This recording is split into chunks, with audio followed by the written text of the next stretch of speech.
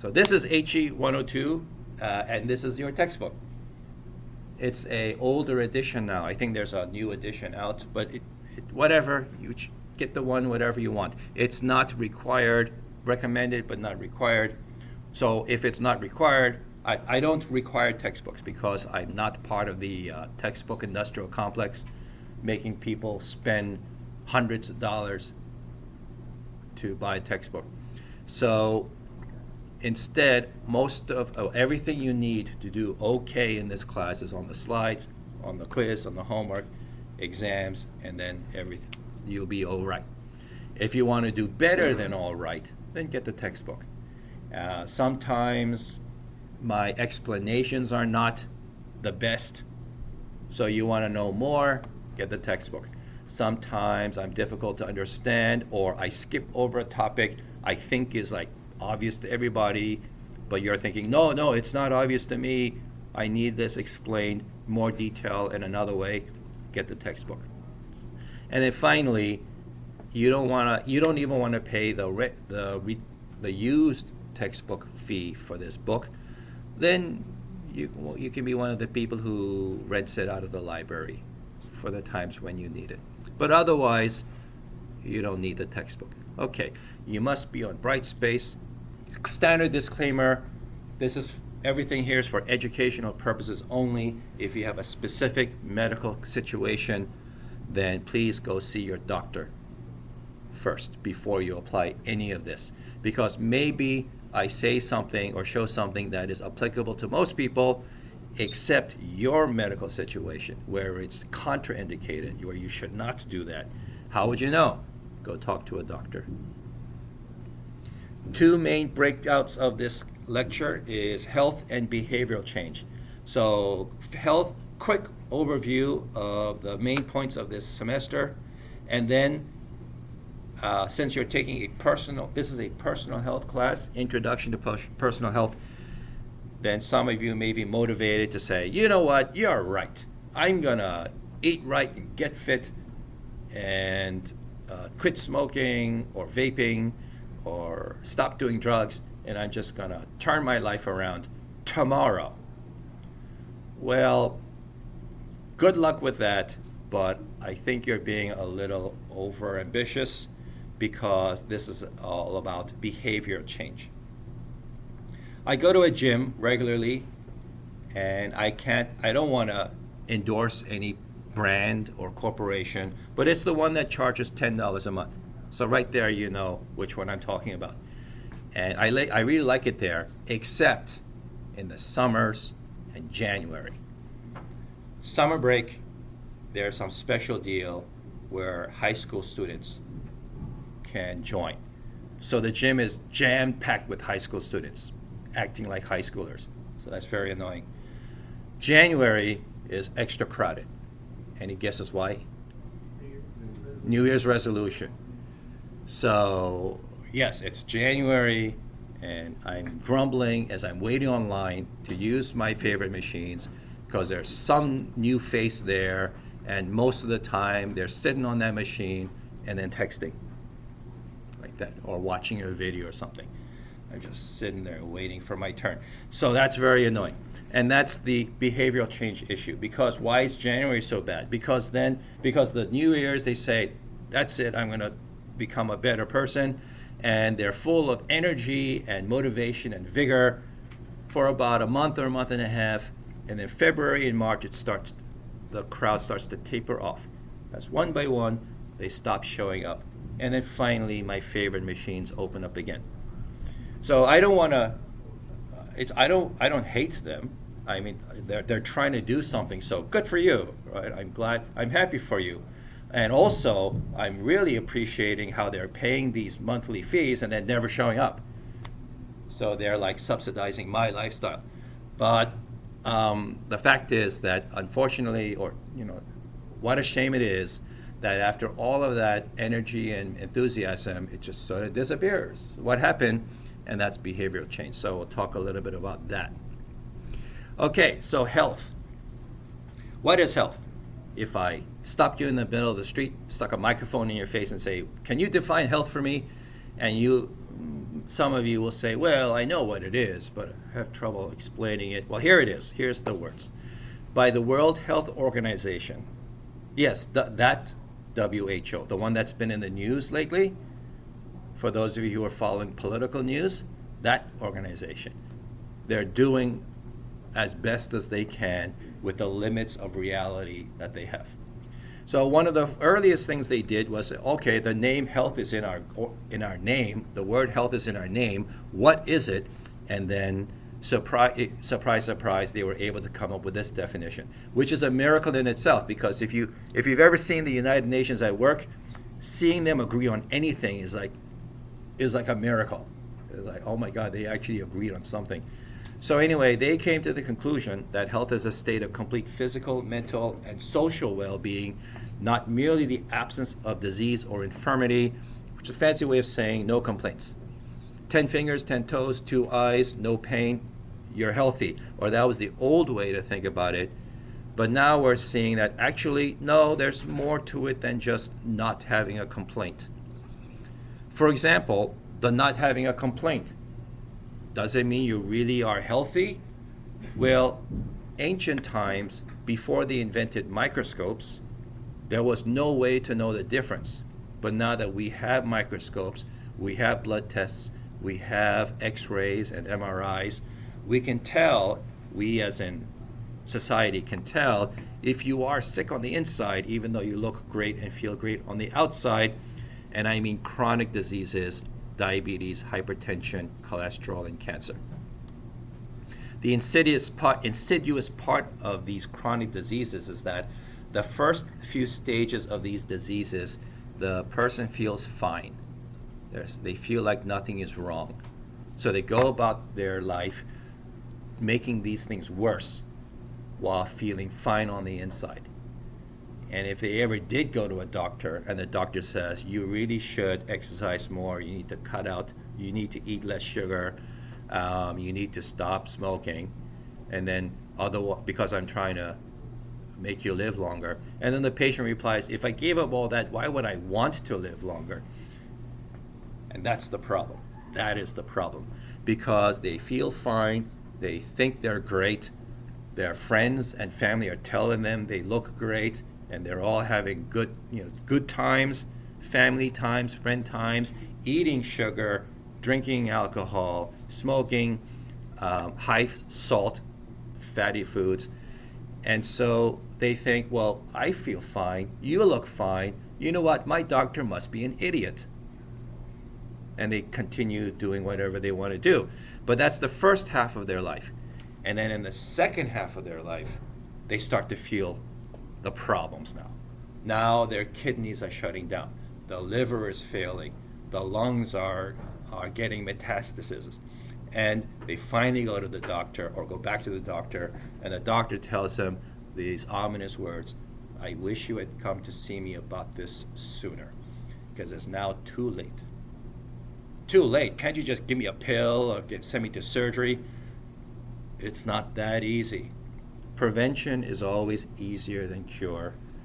Now you have to deal with the cure. It's too late to prevent it. Now you have it. That's chronic disease.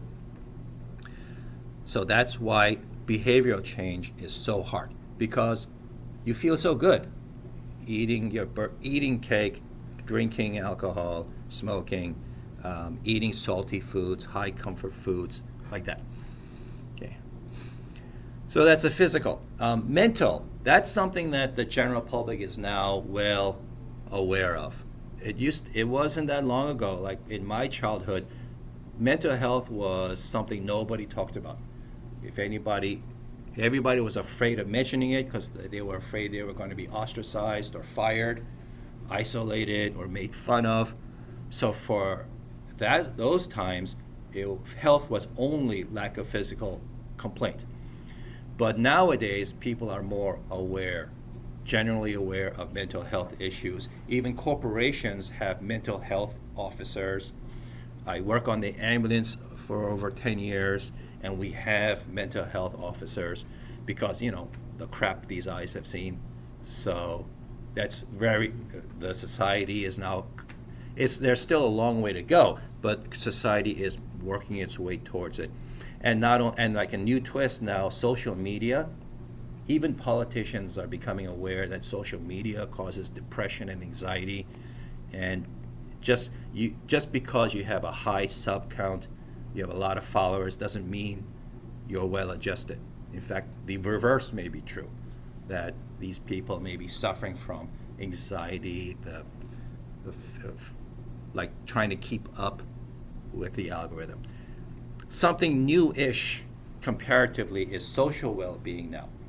So that could be like the next frontier of society becoming aware that social well-being is as important as the other two.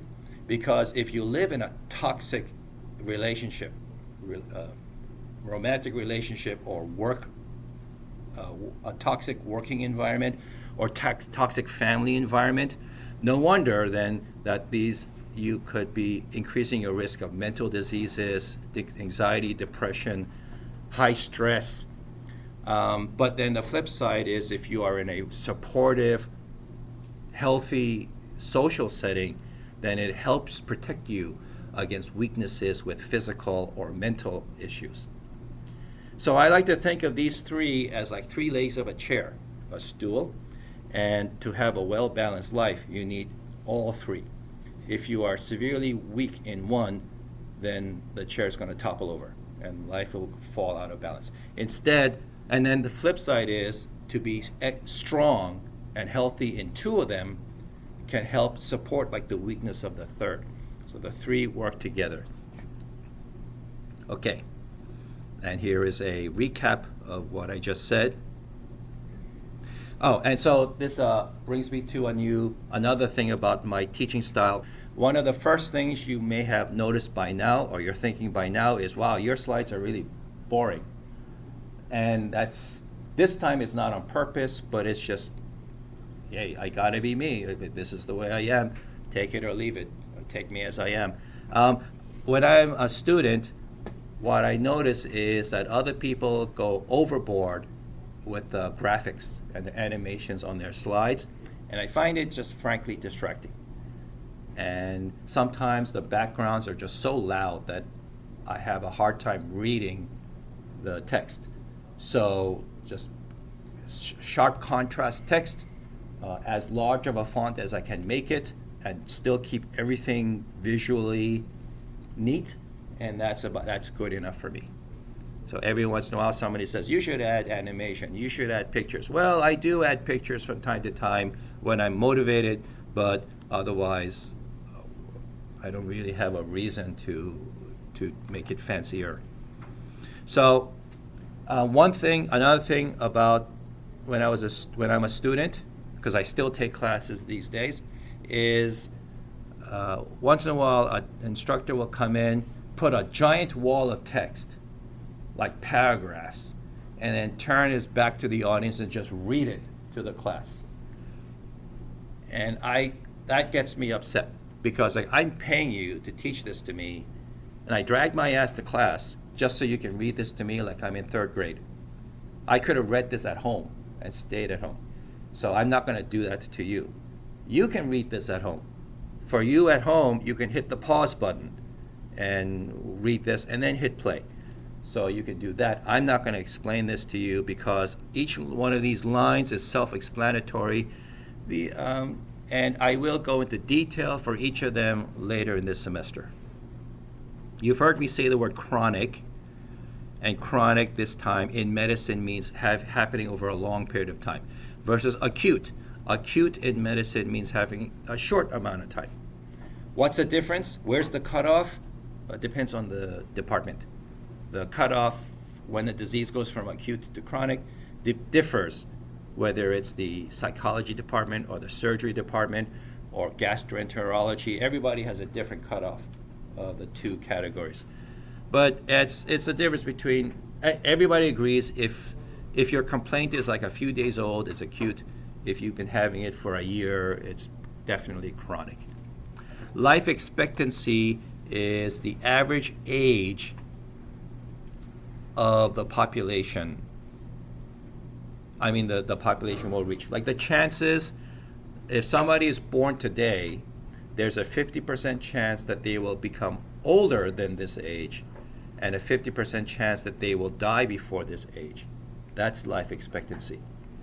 And actual cause of death is really hard to pin down because it's a million different risk factors, all of them contributing a share, and it makes it easy for everybody with something to sell to spin the truth. But it's an easy number to get because you're alive or you're dead, right? If you die, a coroner's report is sent to the local health agency, and these numbers then get added together into the city and then state and federal levels, so the numbers percolate to the top, and then you can even compare life expectancy for the US versus Canada versus Mexico or some country in Europe. It's an easy number to collect, it's an easy number to compare, so people use it a lot.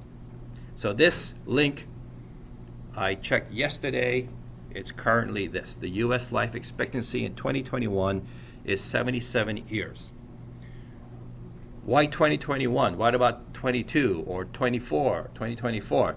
Well, it takes that long for this data to work its way up the chain to federal levels. So the latest we have is the 2021 numbers.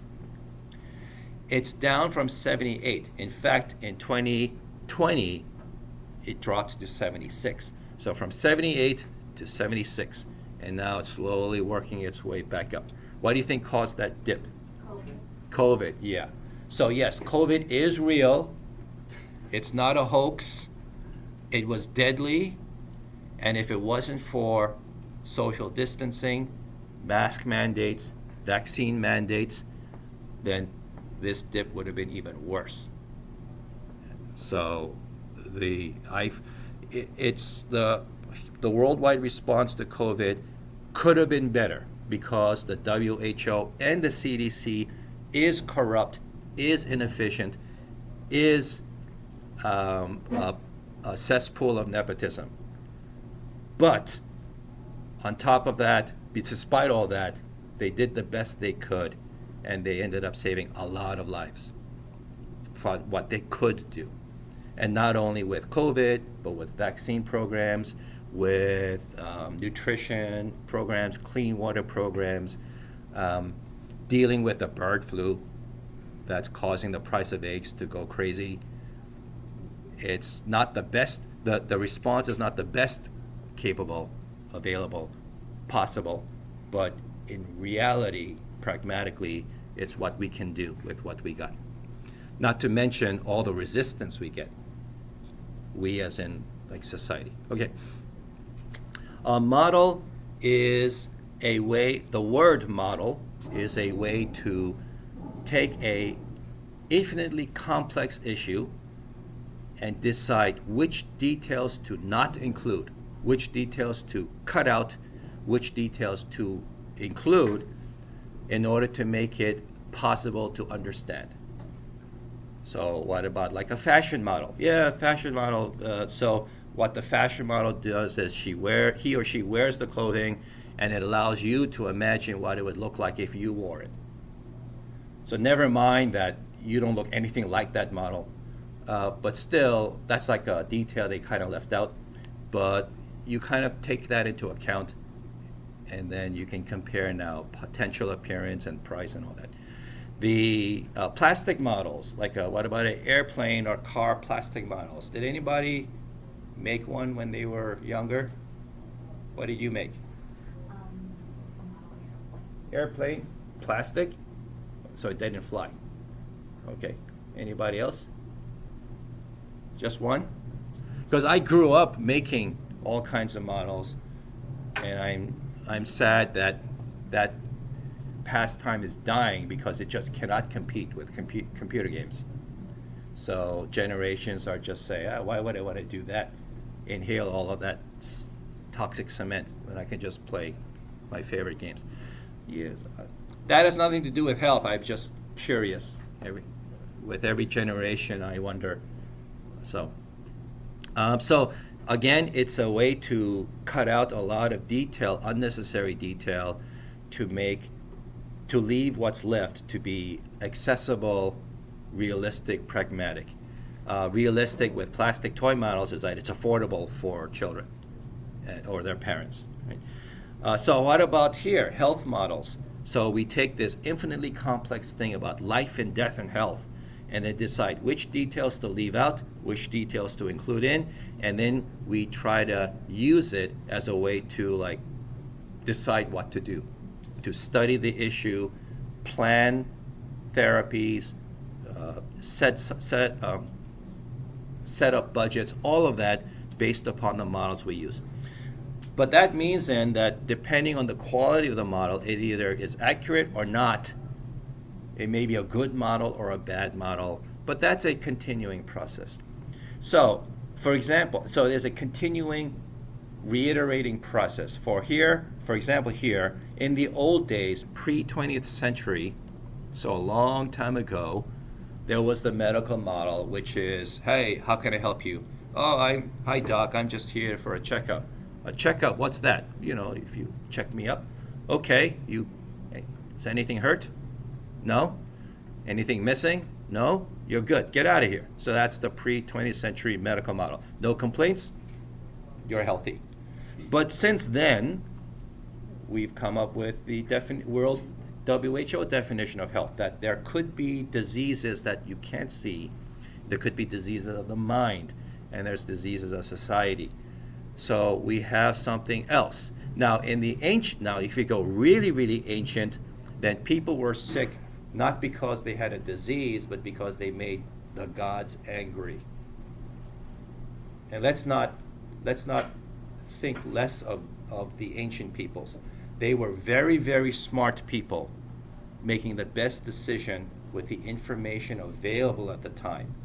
So they really believed that the gods controlled the weather and made random things happen like disease. So if you really honestly believe that, then the best way to treat sickness is to make the gods happy, therefore. So the treatment for disease was sacrifice, atonement, all that good stuff. Well, since then, the Renaissance happened, the emergence of the scientific method, and observation. Somebody invented the microscope, somebody invented the X-ray, and the germ theory of disease came out, and the smartest people of that time said, wait, it's not some kind of random event.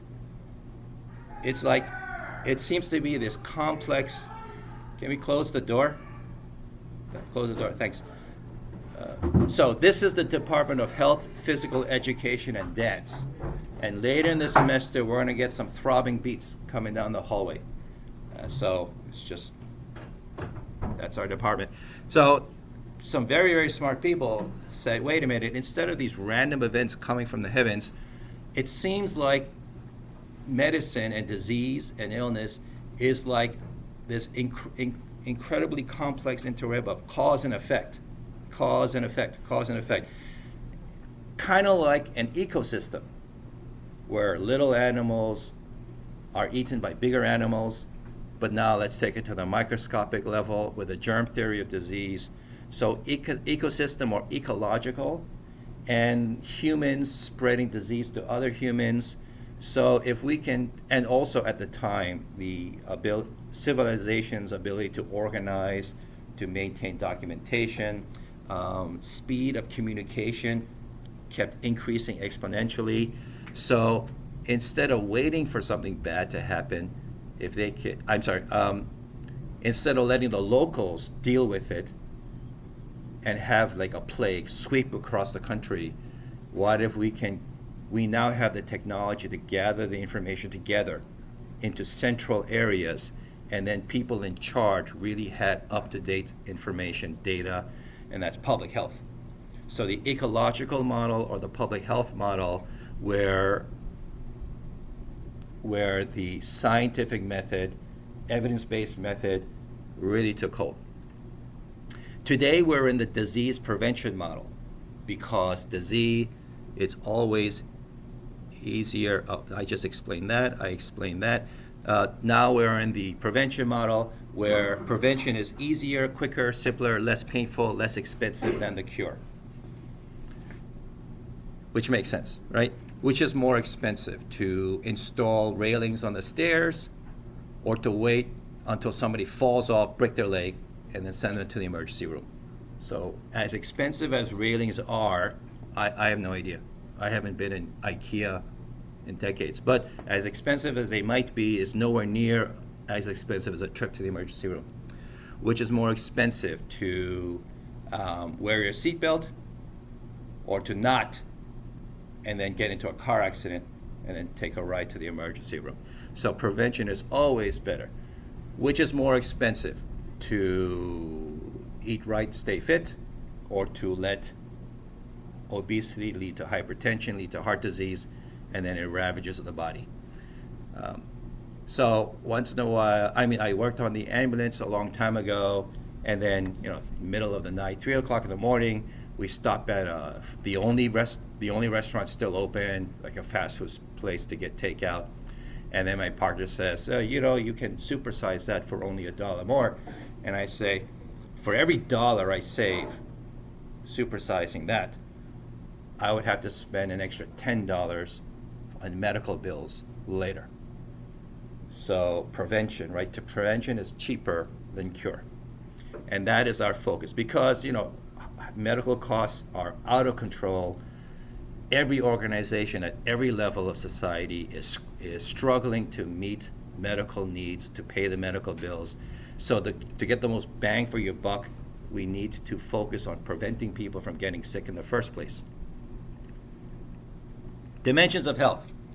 What's a dimension? Kind of like science fiction dimension? Well, no. So most science fiction authors don't even know what a dimension is. A dimension, think of it as like three-dimensional space. To identify any point in space in this room, all you really need is an x coordinate, a y coordinate, and a z coordinate. X, Y, Z, 3 dimensions, 3 numbers. There, it's exactly where you wanted to point out. So take that idea and apply it to health. Then there are 6 dimensions of health. The first 3 here. I really should reorganize this. So, which means that for each one of these 6, like each one determines like how far along that axis you are, and then combine all 6, and you have an idea of like how healthy you are. So here's the physical and the social, as I talked about. You know what? Let's do that. So wait, physical and social. Then what's the other third? The third one that I mentioned before. Mental. So 5 and 6. This is the textbook definition. 5 and 6. Emotional health and spiritual health is the mental. Now, spiritual, I need to mention this here. I'll talk about it more later in like week 4. Spiritual health is not organized religion. It may be, but it's not. It's completely 2 different things. Because you can have somebody who is really highly respected in an organized religion, but anybody knows he's a piece of crap. So his spiritual health is like 0. And there are people who are very spiritual people, but are not member of any specific organized religion. So, and then there's like the other 4, right? Someone who is both spiritual and religious, and people who are neither. So it's not about religion. Spiritual health is about sense of place in the universe, your meaning of life, and how close you are to your ideal of how to live life, etc. like that. Okay, so emotional, spiritual. And that's the first, that's 4. And then the other 2 is environmental, because sure enough, right, how healthy your environment is has a big play on like how healthy you are, like what's in the air and the land and the water that you live around. And then intellectual health. So what's up with that? The more you know, the better choices you can make, right? For starters, you even become aware of the options. And then the more you know about that, then the more you can make the right choice. And conversely, the less you know, you don't even know what the options are. You're just on a rut because you didn't think there was a alternative possibility. So the more you know about health, the more you know about a lot of things, mental things, social things, the better you can take care of yourself. Also, the more you know, the more protected you are against manipulation and propaganda. People who know less are easy to manipulate by politicians, by social media influencers, by advertisers. They just swallow that up, hook, line, and sinker. So the more you know, the better you take care of yourself. What do you think is a leading killer of Americans today? What's it? Obesity. Obesity. Well, I said that, right? Heart disease. What? Dying? No, diet. Diet? It's a leading killer of Americans today. Oh, bad diets? Yeah. All right, so you're all agreeing with me. So if I had remembered to do this, somebody would have, and not shown that, somebody would have asked shootings. What about COVID? Like leading killers of Americans today. What about terrorism, gang violence, like that? And intentional harm, not even in the top 10 list. Shootings, not the top 10 list. Accidents is in the top 10 list, but not in the top 3. The number one killer, you know what, let's do that. Here, mortality rates, US. Did I misspell that? Oh. I always skip artificial intelligence because artificial intelligence gets things wrong. I'll mention that next week. CDC, deaths and mortality. Number one deaths as of 2022. Heart disease, then cancer, then accidents. COVID for 2022. So next year, the 2023 numbers will be out. I'm expecting COVID to, like every year, drop one by one. And then eventually, COVID will be combined with chronic respiratory diseases. Stroke is all right, all of this is, I'm going to get into more of these details with chronic diseases lecture, which is like lecture 5, I think. Anyway, here you go, heart disease. Shootings, not in the top 10. Accidents, always up there because people are stupid. Nephritis is liver disease. Kidney disease is nephro, liver, and then, okay, so we'll revisit that later. Where were we? Okay.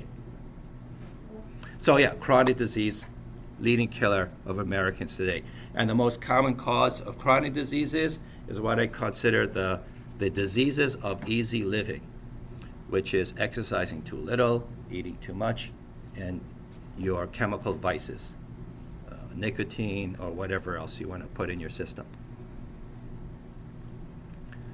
Social well-being. There's a phrase, no man is an island. And what they mean is, and this is this was said a long time ago, it means that we are not a species meant to live in isolation. Before you run off to the Human Resources Department and complain, this was written a long time ago when the word man was commonly used to represent, to denote all of humanity, not the gender. So you can modernize it to say no person is an island, which means we are not meant to live in isolation. Today, the internet and DoorDash and Amazon makes it easy to live in isolation, but we're not meant to. And the more we live in isolation, for those who try to or end up doing it, they fall into, they have the weakness in social health that translates, or symptoms start showing up in the mental health and the physical health.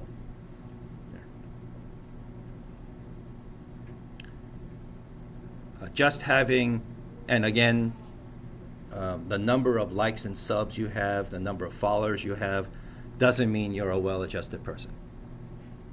In fact, the flip side, it makes it harder to be well-adjusted as you get obsessed with pleasing hundreds of thousands of people and then millions of people so you can maintain your income stream.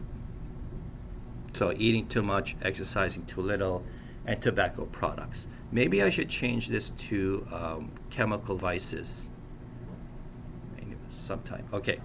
Surgeon General is the top doctor in the country, appointed by the President of the United States. So it's going to be really interesting who the next Surgeon General is going to be and what they say. But anyway, the Surgeon General's job is to promote the well-being of the people of the United States based on evidence-based medicine, not on favorite conspiracy theories. And the Surgeon General's website is healthypeople.gov. All right, well, I'm glad the website's still up. So that's good. Anyway, we'll revisit that too. Okay, I mentioned 6 dimensions of health, and now here are 6 determinants of health. Both start with a D, but mean different things. A dimension is a measure of where you are. Determinants is a force that acts on you to change things. So another way to say this is in influences of health, not influencer, but influence of health, or like risk factors for health. So these are things that change people's health status. If you can think of anything that changes a person's health situation, it's one of these.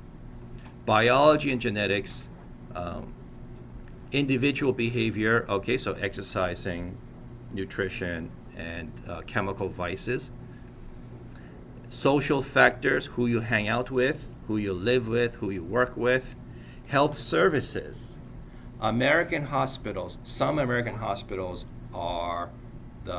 America has the best healthcare technology and science in the world. Kings and queens, emperors, presidents in other countries, when they get kind of sick, they can go to the best hospital in their country. But if they get really, really sick, they come to the U.S. One of the famous hospitals here, like the Mayo Clinic or UCLA Medical or MIT, the top hospitals and doctors in the land are in the U.S., which is great if you're rich. But if you're a mere mortal, like the rest of us, then you get the health care that you can afford, which for many Americans is insufficient, inadequate. So health services, very much a determinant of health. Policy making, laws made by the government affect people's health, of course. And then disparities. A disparity is when 2 or more groups have an unequal share of a desired resource, and the reason is not fair. If it's fair, then it's not a disparity, it's just competition. But if it's not fair, then it's a disparity. And here are you can pause and read this. And here are things that I'm sure you came up with as an example. Mindfulness, I'll spend more time on this in the mental health psychology chapter.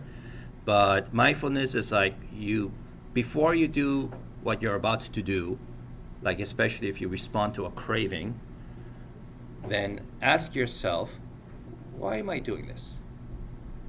Why am I doing this? Like if you're at the end of class, if you run to the vending machine and buy a snack, before you put your money in, ask yourself, why am I doing this?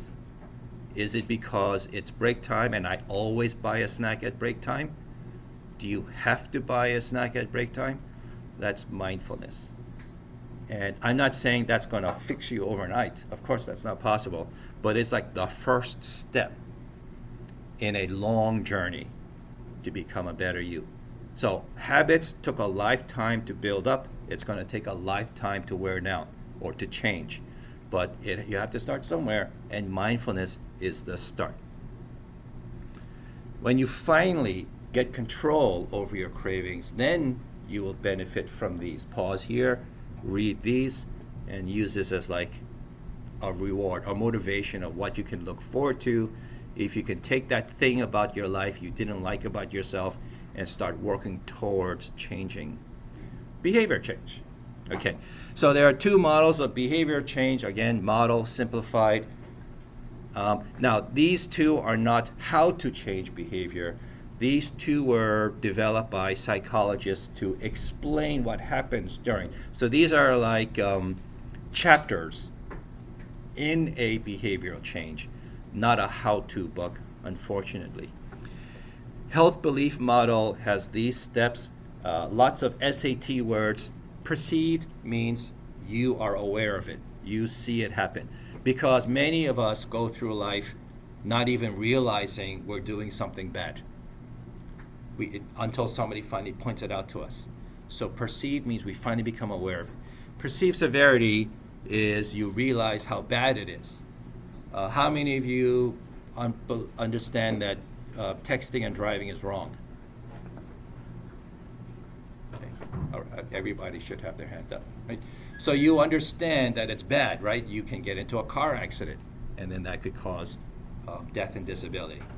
But now, how many of you, if you do get a notification while you're driving, will actually say, nope, I'm going to wait until I pull over? Or how many of you actually look at your phone anyway, and you say something like, it's okay, I'm a very good driver, or I've got a straight road ahead of me, there's nobody in there, so it's safe to just take a peek, right?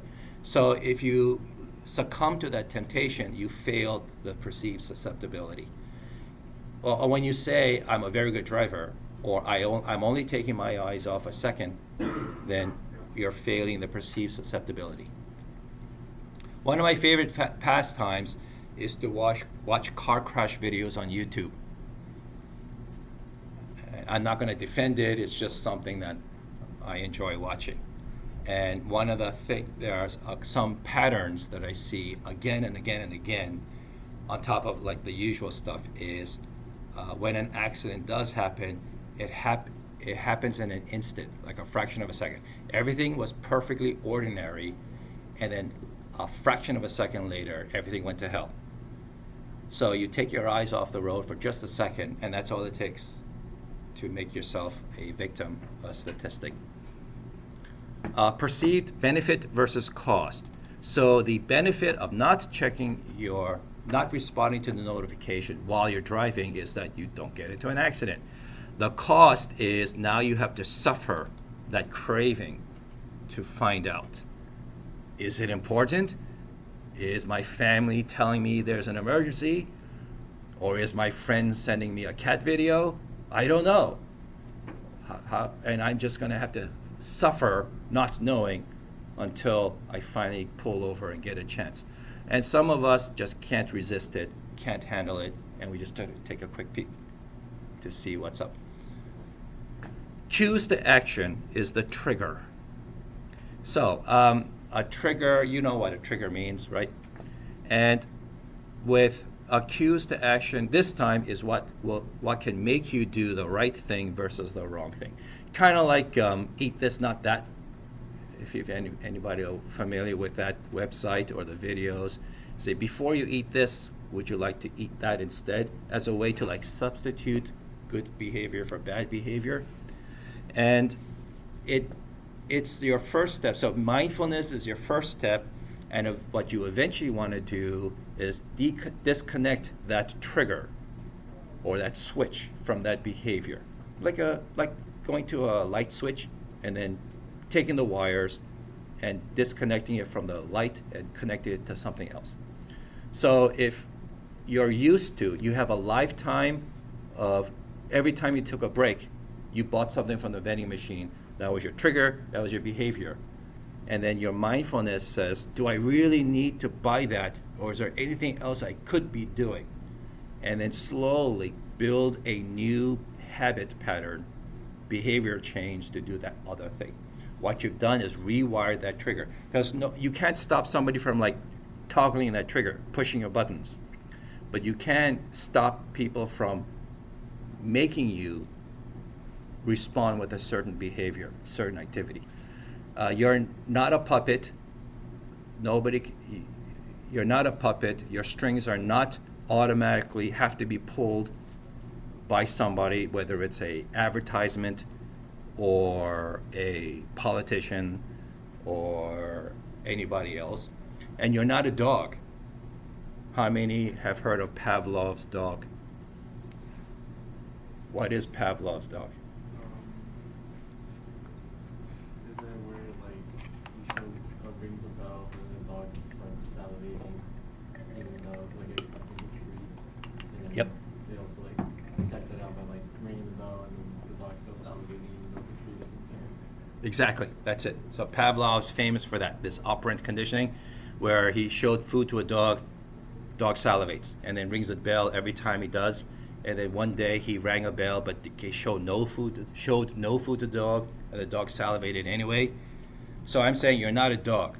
A corporation, advertiser, a firebrand speaker cannot ring your bell and expect and then force you into a certain behavior. No, you are not a dog. You can choose not to respond that way. You can rewire your triggers to go do something else. Self-efficacy means helpfulness. So self-efficacy is you can help yourself. You believe that you have the ability, power to make these changes. Yeah, it auto locks so that you can cause behavior change. The trans-theoretical model, again, is not a how-to, it's just a what happened. So pre-contemplation is before you're even aware of the issue. So you've been eating whatever you want until finally your friends or your doctor says, you really should stop, you should eat less of that. So before you get that message, you've been pre-contemplating before thinking about it. But now that you got the message and you realize, you know what, I really should do something about that. It's January 1, and now you made this New Year's resolution. That's contemplation. Preparation, right? So doing everything to get ready. Action is actually going through the change.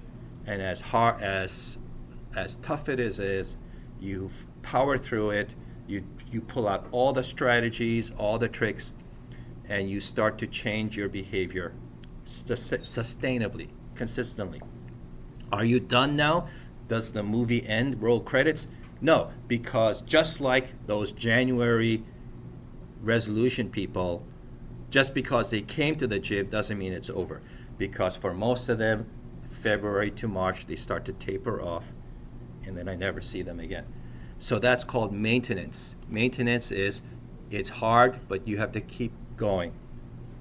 Fight the good fight and continue this behavioral change until one day, finally, this new habit is your habit. The old habit is gone.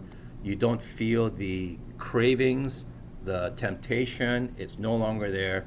You are now, the new you is now the you. And that's when termination, the change has terminated. The act of changing yourself is over. You are now in the new habit, and that's the behavior change. Okay. So here is an attempt at some how-tos, but that stuff we will get into more detail with nutrition and physical fitness chapter. Ways to maintain your motivation. So the difference between a goal and an objective. A goal is vague, non-specific. I want to be healthier. Okay, so do we all. We all want to be healthier. But if you're just going to leave it at that, then it's just words. You make a New Year's resolution, I resolve to be healthier. Well, okay, those are some pretty words, but there's nothing actionable about it. So that's a goal, but it's like a way for a direction for your compass arrow.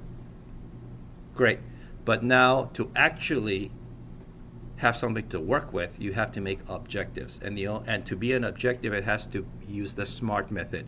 All of these attributes are necessary to make it a true objective, because if any one of these is missing, then it makes it easy to cheat, to skip, to fudge, and that's not what you want from an objective. An objective needs to be something that you can grade yourself against. so to see if you achieved it or not. Speaking of achieve, A and R can be a little confusing. What's the difference between achievable, attainable, or realistic? So one example is if I told people I'm going to run the New York City Marathon this summer, everybody who knows me is going to say, no, you're not. Yeah, they're going to say, I know you, and there's no way you're going to be. I recommend you don't, because you're going to break something.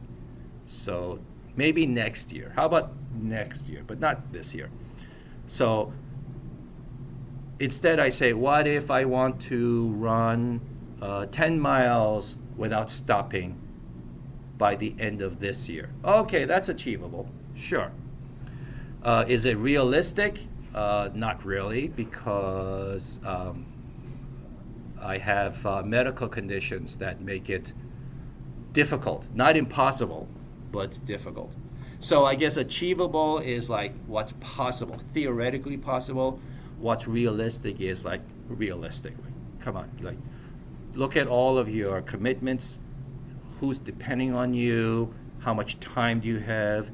Do you work two full-time jobs and commute 3 hours a day and you barely get 5 hours of sleep a night, and now you want to train for a marathon? That's achievable but not realistic. So that's how I understand the difference. Recruit allies, friends and family to hold you to your promise. It's a good way to motivate you. Visualize the new you. Substitute a desired behavior, eat this, not that, other substitutes. Work on those triggers. Okay, reward yourself, of course. So reward yourself, because little victories are sweeter when you add little rewards too. You know, whatever, as long as the reward doesn't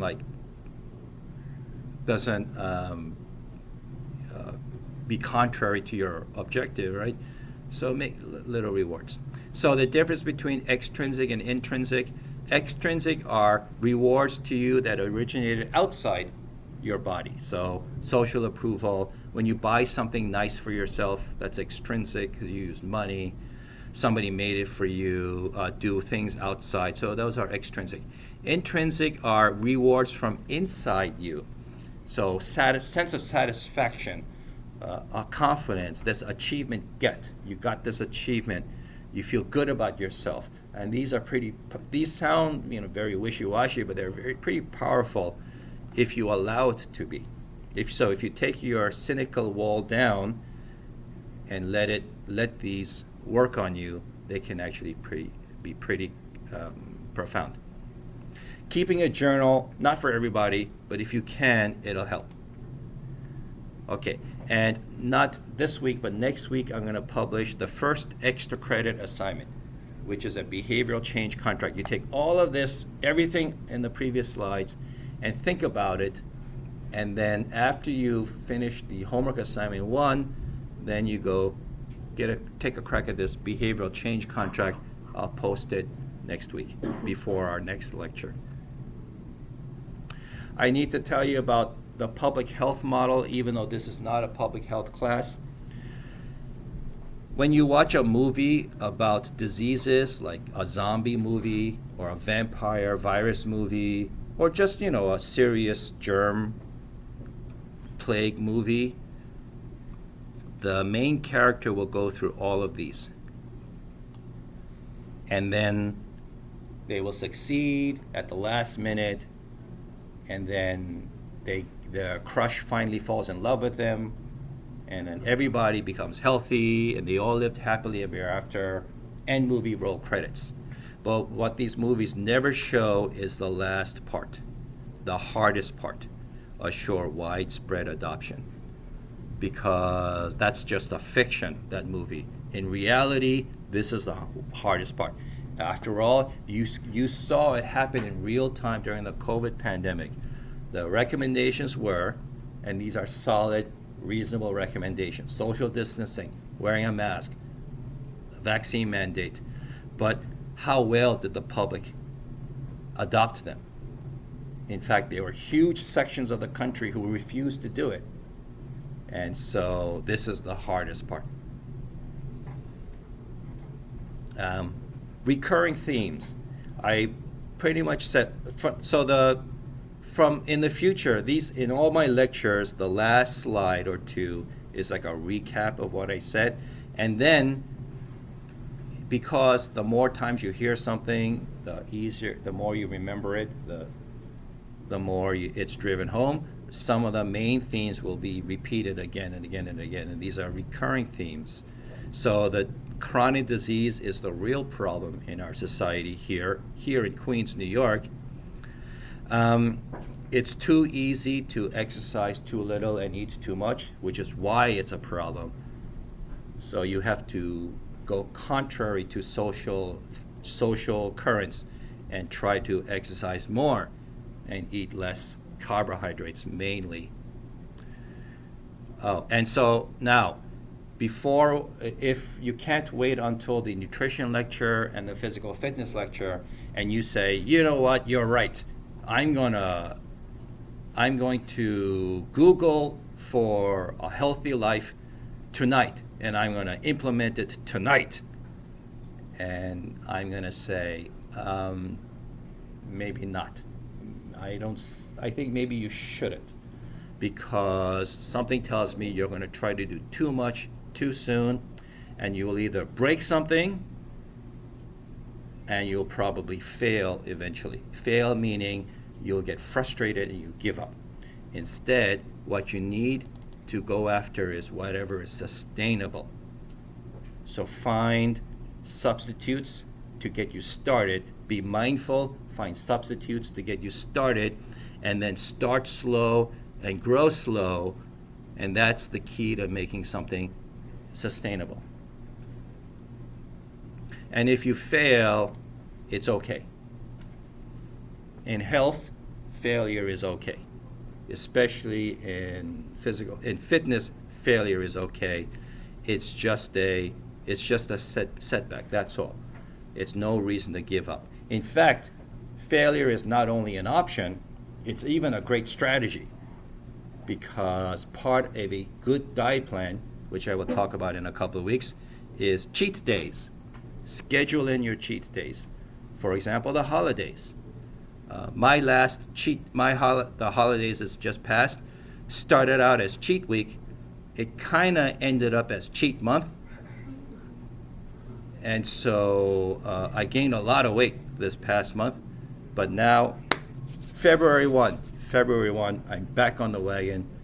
And then hopefully I will accomplish something by the end of May, which is the end of the semester.